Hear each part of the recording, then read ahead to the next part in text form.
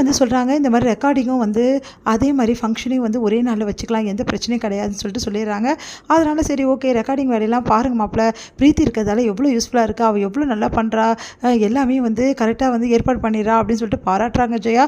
உடனே வந்து சந்திரசேகர் சொல்கிறாரு, இந்த ஐடியாவை முதல்ல சொன்னது யாருன்னு தெரியும்ல, முதல்ல வந்து பொன்னி தான் சொன்னா, ஆனால் அவள் பேச்சை யாருமே எடுக்கலைங்க, பிரீத்தி சொன்னாலும் ஓகே சொல்கிறீங்க அப்படின்னோடனே அப்போ கூட எல்லாம் ஏற்பாடுலாம் அவள் பண்ணிட்டால, பொன்னினா பண்ணாளா அப்படின்ற மாதிரி ஜெயா சொல்கிறாங்க. அதுக்கு வந்து எப்பவுமே உனக்கு பொன்னினா இலக்காரம் தானே அப்படின்னு சொல்லிட்டு சந்திரசேகர் சொல்கிறாரு, நீங்கள் அமைதியாக இருக்கீங்களா, எப்பவுமே பொன்னிக்கு சப்போர்ட் பண்ணிக்கிட்டேன் அப்படின்னு சொல்லிட்டு டென்ஷன் ஆயிடுறாங்க. அது சுந்தரம் என்ன பண்ணுறாரு, அப்பா ரெக்கார்டிங் ஓகே சொல்லிட்டாங்க, அது போதும், எப்படியாவது அவளை வர வச்சிடலாம்னு சொல்லிட்டு அவர் வந்து அந்த விரும்புகிற அந்த பொண்ணுக்கு ஃபோன் பண்ணுறாரு. அந்த பொண்ணு ஃபோனை எடுக்க மாட்டேங்கிறாங்க. அதுக்கப்புறம் வந்து ஐயோ எடுக்கவே மாட்டேங்கிறாளே, என்ன பண்ணுறதுன்னு தெரியலையே அப்படின்னோடனே, இங்கே பாருங்கள் எனக்கு இதுக்கப்புறம் ஃபோன் பண்ணாதீங்க, நான் இங்கே இல்லை ஊரில் இருக்கேன் அப்படின்னு சொல்லிட்டு வாய்ஸ் நோட் மட்டும் அமுச்சு விட்றாங்க. அதனால் செமையாக டென்ஷன் ஆயிடுறாரு. என்ன இவ இப்படி பண்ணிட்டாலே, ரெக்கார்டிங் வச்சு அவளுக்கு வந்து நல்லா வாய்ப்பு கொடுக்கலாம்னு நினச்சோமே, இப்போ எப்படி அத்தை மூஞ்சில் முடிக்கிறதுன்னு தெரியல, அவங்ககிட்ட எப்படி சொல்ல போகிறோம் அப்படின்னு சொல்லிட்டு யோசிச்சுட்டே இருக்காரு. என்னம்மாமா ஒரே யோசனையாக வரீங்கன்னு சொல்லிட்டு சக்தி கேட்குறாரு. இல்லை இந்த மாதிரி நான் ஒரு பொண்ணு பாருன்னு சொல்லிடுறேன், அந்த பொண்ணோட வந்து அந்த பொண்ணு வரமாட்டேன்னு சொல்லிட்டா, அதை என்ன பண்ணுறது எப்படி சொல்கிறதுன்னு தெரியல அத்தை கிட்ட அப்படின்னா, அதெல்லாம் விடுங்க மாமா, பெஸ்ட்டாக ஏதாவது வாய்ஸ் வச்சுருப்பீங்களா, அதில் ஏதாவது ஓகே பண்ணுங்க அப்படின்ற மாதிரி சொல்லிடுறாரு. ஆமாம் இவன் சொல்கிறதும் கரெக்டு தானே அப்படின்னு சொல்லிட்டு சுந்தரம் வந்து யோசிக்கிறாரு. அடுத்து வந்து பொன்னி என்ன பண்ணுறாங்க, பெட்ரூமில் வந்து பாட்டு வந்து பாடி ப்ராக்டிஸ் பண்ணிகிட்ருக்காங்க. அப்போ திருப்புகழ் சூப்பராக பாடுறாங்க. அதை வந்து அப்படியே வந்து ரெக்கார்ட் பண்ணிடுறாரு நம்ம வந்து சக்தி. ஒருத்தர் ஃபோன்லேயும் வந்து அந்த வாய்ஸை வந்து அனுப்பிச்சிடுறாரு, அந்த வாய்ஸ் நோட்டை. அதுக்கப்புறம் வந்து என்ன பண்ணுற சுந்தரம் வந்து எல்லாத்தையும் பார்த்துக்கிட்டே வர்றாரு ஒடுவனா. அதுக்கப்புறம் 5 வந்து வாய்ஸை வந்து எடுக்கிறாரு.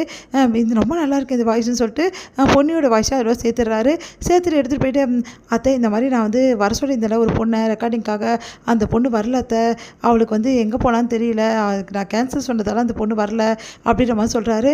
இப்போ என்ன பண்ணுறது மாப்பிள்ளை, எல்லாம் ஏற்பாடு பண்ணியாச்சு, ஒன்றும் பிரச்சனை இல்லை அத்தை, 5 வந்து வாய்ஸ் நோட் வந்து வச்சுருக்கேன், இந்த வாய்ஸை வந்து நீங்கள் பாருங்கள், எது பிடிச்சிருக்கோ அது ஓகே பண்ணிவிடுங்க அப்படின்னா 5 கேட்குறாங்க. பார்த்தா நம்ம பொன்னியோட வாய்ஸை ஓகே பண்ணிடுறாங்க. உடனே சக்திக்கு சந்தோஷம் தாங்கவும் போல ரொம்ப சந்தோஷப்படுறாரு.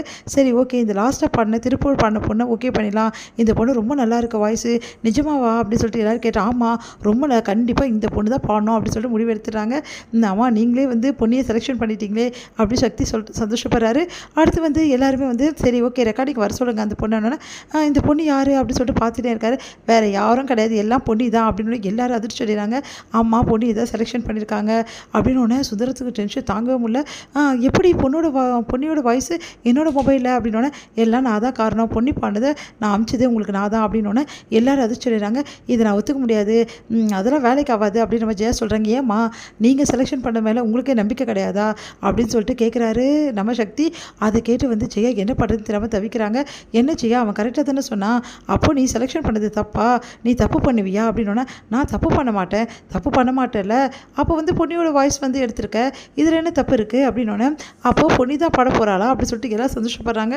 உடனே ஜெயாச்சே நம்மளே இப்படி தப்பு பண்ணிட்டுமே, இவ்வளோட வாய்ஸை நம்ம வந்து செலெக்ஷன் பண்ணிட்டுமே அப்படின்னு சொல்லிட்டு ஜெயா நொந்துக்கிறாங்க. அடுத்து இதெல்லாம் கேட்ட பிரீத்தி வந்து செமையாக டென்ஷன் ஆயிடுறாங்க. இவ பாட போகிறாளா அப்படின்னு சொல்லிட்டு சுந்தரமும் டென்ஷன் ஆயிடுறாரு.